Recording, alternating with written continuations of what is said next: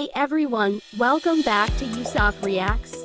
Today, we're diving into the latest installment of one of the most iconic action franchises out there, Bad Boys for Life 2020. After 17 years of waiting, Will Smith and Martin Lawrence finally return as Mike Lowrey and Marcus Burnett. But the big question is, does this third film live up to the Bad Boys legacy? Let's find out. Bad Boys for Life picks up the action, with Mike and Marcus now dealing with the consequences of age, life changes, and of course, crime. Mike is still living life in the fast lane, but Marcus is ready to retire and focus on his family. However, when a dangerous new villain, Isabel Aretas, seeks revenge on Mike, the duo is forced to team up once again. Now, let's talk about the plot. The story definitely shifts gears a bit. While Bad Boys 1995 and Bad Boys 2003 were more about over-the-top action and chaos, Bad Boys for Life brings in a little more heart. It's about family, legacy, and personal growth. The action is still there, but there's a new layer of maturity that makes it feel like the characters are finally starting to evolve. It's not all explosions and car chases. The relationship between Mike and Marcus is the heart of the film. And it's great to see Will Smith and Martin Lawrence back in their iconic roles. Their chemistry is still electric, and it's clear they've been through a lot together. Watching them navigate their personal challenges while fighting bad guys makes the film feel more grounded than the previous entries. Of course, the action doesn't disappoint. The sequences are slick, well choreographed, and just the right amount of insinuous high-speed chases or explosive shootouts. The film does a great job of mixing the familiar Bad Boys style with some fresh energy. And the new team dynamic with the ammo unit adds some fun new characters, giving Mike and Marcus a run for their money. Speaking of new characters, let's talk about the ammo team. You've got some fresh faces here, including Vanessa Hudgens, Alexander Ludwig, and Charles Melton. They bring a new vibe to the movie, and while they don't overshadow Mike and Marcus, they definitely add a fun, modern twist to the team. As for the villain, Isabel Aretas, played by Kate Del Castellasches, a force to be reckoned with. The film gives her a solid backstory that ties into Mike's past. And she's just as ruthless and calculated as you'd expect from a Bad Boys villain. Overall, Bad Boys for Life is a great mix of nostalgia and fresh energy. It's not just about the action, it's about the characters, their growth, and their evolution. This movie brings the franchise into a new era, and it's honestly a great way to cap off the trilogy, while still leaving the door open for future films. Miami detectives Mike Lowrey and Marcus Burnett must face off against a mother and son pair of drug lords who wreak vengeful havoc on their city. Marcus and Mike have to confront new issues, career changes, and midlife crises as they join the newly created elite team ammo of the Miami Police Department to take down the ruthless Armando Armas, the vicious leader of a Miami drug cartel. This third Bad Boys film starts with detectives Mike Lowrey, Will Smith, and Marcus Burnett Martin Lawrence speeding through the streets of Miami with other cops following them. They arrive at a hospital and run inside as they head to the room where Marcus's daughter Megan Bianca Bethune has given birth to a baby boy. His wife Teresa Theris Randall and Megan's fiancé Reggie Dennis Green are there as well, informing Marcus that the boy is named after him. He proudly holds his grandson. In a Mexican prison, inmate Isabel Aretas Kate Del Castillo is muttering an incantation that draws a guard's attention. Isabel grabs a knife off the guard and stabs her, with the other inmates jumping in and stabbing her to death. Other guards take Isabel outside, only for her son Armando Jacob Scipio to help her kill off all the other guards. He frees her, and they return to their home to plot revenge on behalf of her late husband Benito, with Mike being their intended final target.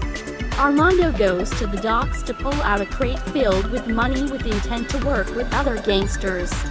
but these gangsters try to screw him over and take the majority shares of the money. With their guns drawn on Armando, he retaliates by stabbing everyone rapidly. He then orders the remaining men to step up if they wish to work loyally under his family. A crook named Lorenzo Rodriguez, aka Zuelo Nicky Jam, joins him. Mike and Marcus's fellow officers, including Captain Howard Joe Pontoliano, gather at a bar to celebrate Marcus becoming a grandfather. They encounter a woman named Rita Paula Nunez, who has just been promoted to lieutenant and is also Mike's ex. She informs them that she is also now heading AMO Advanced Miami Metro Operations, which employs a younger team of officers. Marcus knows they are getting too old for all the crazy things they used to get into, and he urges Mike to settle down, though he disagrees. The two go outside to have a foot race, and as Mike takes the lead, Armando rides up on a motorcycle and shoots Mike down. He gets away as the officers rush to help Mike. Mike is in critical condition. Marcus prays to God that Mike be saved, with the promise that Marcus will never bring any more violence into the world. Rita and Howard then order Amo Kelly Vanessa Hudgens, Dorn Alexander Ludwig, and Rafe Charles Melton to do what they can do, investigate Mike's shooter. Meanwhile, Isabel chastises Armando for going after Mike so soon, as she deliberately wants him to die last, so that he suffers watching others die. They proceed to go after a judge, a forensics analyst, and a prosecutor, killing them all in broad daylight. 6 months later, Megan and Reggie get married, and Mike has recovered from his injuries.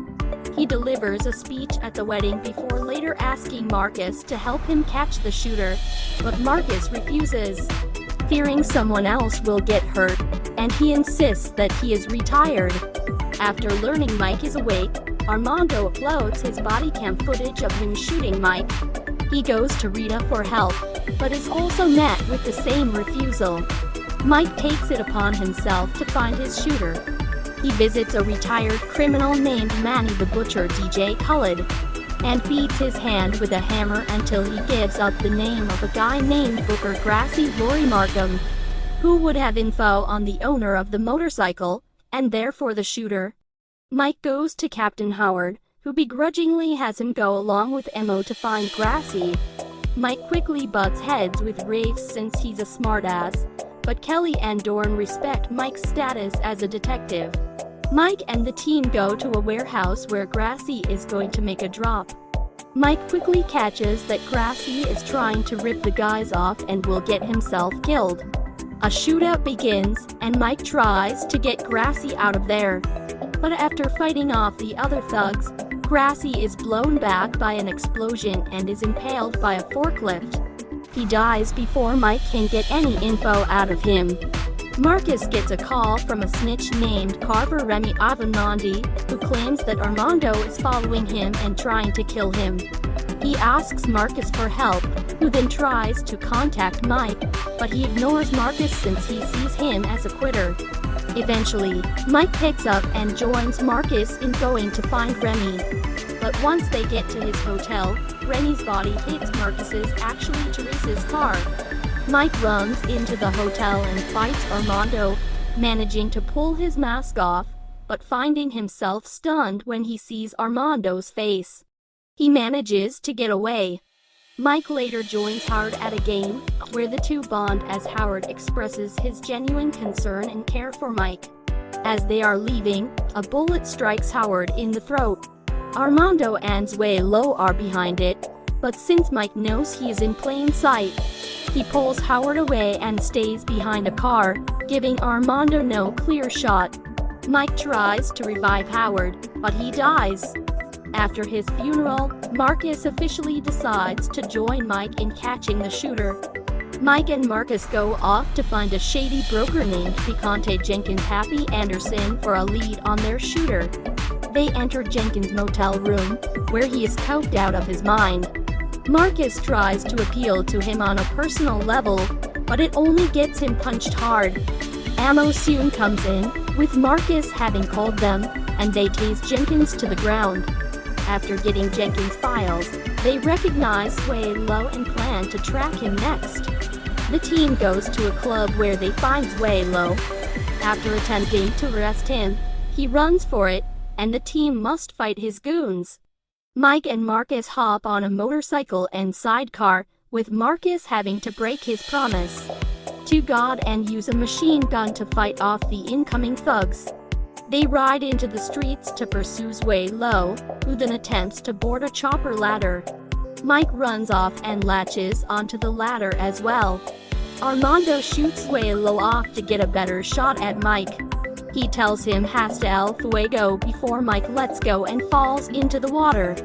Back at headquarters, Mike has Dorn look up files based on the phrase Armando said. Mike realizes Isabel is behind all of this. He explains to Marcus that before they teamed up, he was deep undercover in the Aretas cartel, and he had a relationship with Isabel before he had to throw her in jail and get her husband killed. Hasta el fuego was a phrase they came up with that was nonsensical but was supposed to mean together until the flame burns out. She was also heavily into witchery, which gave her the nickname La Bruja. Mike concludes that Armando is his son and that she has been grooming him for revenge, since all the victims were on the same case against the Aretas family.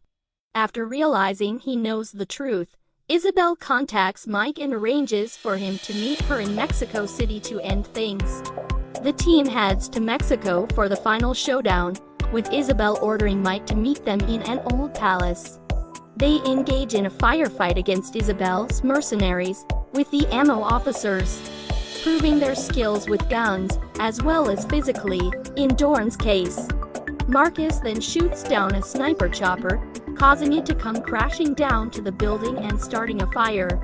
Armando goes to fight Mike, but he decides to confront him as a person and reveal his parentage to Armando.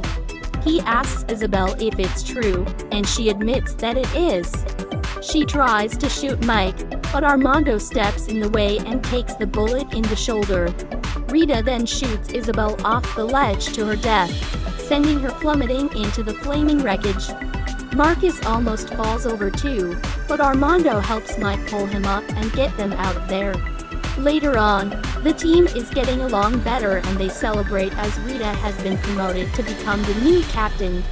Mike and Marcus then bond with baby Marcus, singing the Bad Boys song to him. Before the credits roll, Mike visits Armando in prison, offering him a chance to make up for his crimes. Armando appears to be interested. So, should you watch Bad Boys for Life? Absolutely. If you're a fan of the previous films, you're going to love this one. And if you've never seen a Bad Boys movie before, this is a great starting point. It's a fun, fast-paced ride with plenty of laughs, thrills, and heart. That's it for today's review.